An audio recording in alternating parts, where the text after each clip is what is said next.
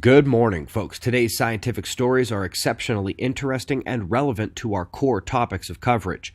In case you didn't see it, that is a bright sunspot there, so let's begin at spaceweathernews.com. In yesterday's Planetary Geometry Deeper Look episode at suspiciousobservers.org, we saw phenomenal alignments to kick off the month and questioned if those planetary geometries would produce sunspots. It was not more than 4 hours later, this sunspot appeared. It's not enormous, actually only half presenting in terms of its magnetism, and is nothing scary at this time, but it is a sunspot. The number for today is 7. As we've said for years, written books on, presented on, a direct space weather impact over a storm sends it westward. Geomagnetic activity strengthens the storm itself.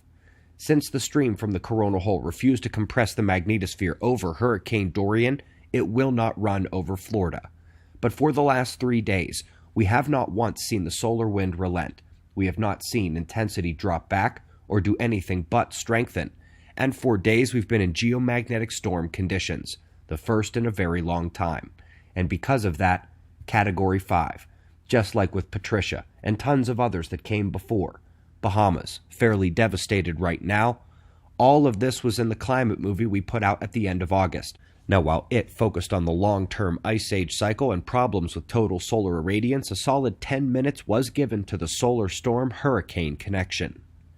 Seismicity took its 1 day off to dig deep, found a home at the transition zone more than 600 kilometers down beneath Fiji. With blood echoes continuing in the West Pacific this morning, we take our eyes there as well. Today's main stories hit this topic tremendously. While earthquake forecasting doesn't yet have its own movie, we do have QuakeWatch.net where everything can be found.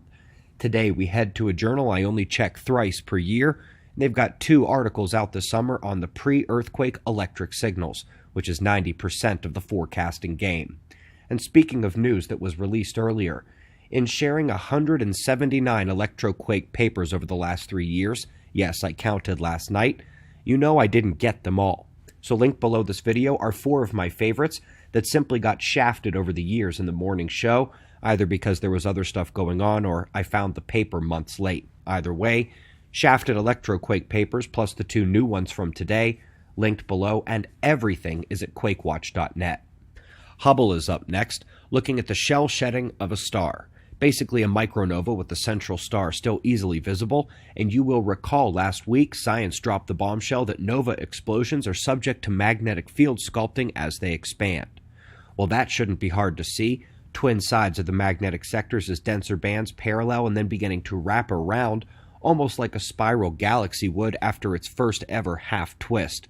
Either way, nova shell, patterned character. This, of course, ties into the 12,000 years magnetic excursion reversal cycle on Earth, the way in which all the evidence and the stories of our ancestors keep bringing us back to the sun.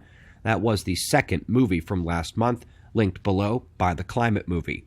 And of course, we had kicked off the month with the plasma cosmology film. And in case you hadn't heard, they're still looking for dark matter, actually still trying to agree on what it is. By far, the most ludicrous ideas that have come out recently are unfortunately coming from the Fermi lab in Chicago. Knuckleheads have the audacity to claim WIMPs could be the size of 100 million protons and other super large hypotheses. Excellent paper in PhysRevD today, very much kicking down that idea, saying there is little room for those with a mass above 1 GeV per speed of light squared, which is only about the size of 1 to 10 protons. Much more reasonable, but still fantasy. It's still nonsensical, stacked up against plasma cosmology. All 3 movies linked below in the description box. QuakeWatch.net is standing in for me until I can make the 4th movie. We've got your wind map forecasts and shots of our star to close, and we'll do this all again tomorrow. Right here, but right now it's 5:05 a.m. in the new Valley of the Sun. Eyes open, no fear. Be